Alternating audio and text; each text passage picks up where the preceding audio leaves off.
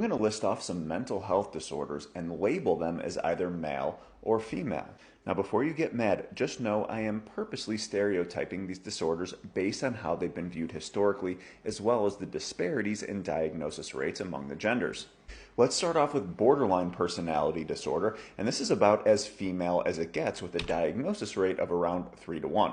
Also, because its roots come from the term hysteria, which was a diagnosable condition from the late 1800s through the mid 1900s. The Greek term hysteria translates to uterus. This condition was thought to impact women who lose control over their emotions and struggle with neurosis and anxiety. Now, men also struggle with BPD, this condition that often stems from trauma, but it's often overlooked because their symptoms may show up a little bit differently, like externalizing with things like aggression. Let's move on to the neurodevelopmental disorder known as ADHD, which we can safely say is male. It's diagnosed in boys and men at around a 3 to 1 ratio.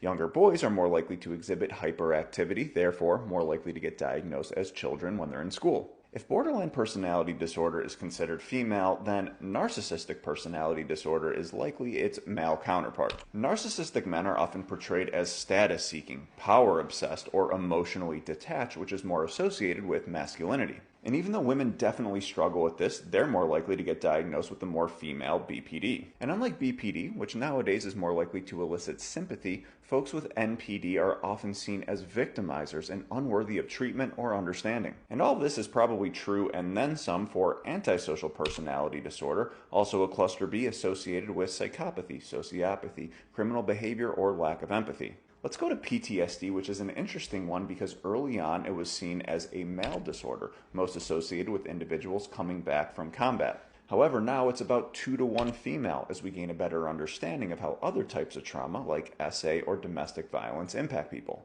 And this aligns with some of the other disorders associated with trauma like BPD or dissociative identity disorder, aka multiple personalities. And let's end with autism spectrum disorder, the other neurodevelopmental disorder, which is even more male than even ADHD. This disorder spans an even wider spectrum, and the more severe you go, the more common it is for a male to get diagnosed. Even though it's 4 to 1 male, women are much more likely to get misdiagnosed and better at masking and mimicking social appropriate behaviors. So as awareness grows, that gap is shrinking. However, there's still likely a very strong biological component. Alright, so do you agree with my list, and are there other disorders you'd like me to categorize and break down for you?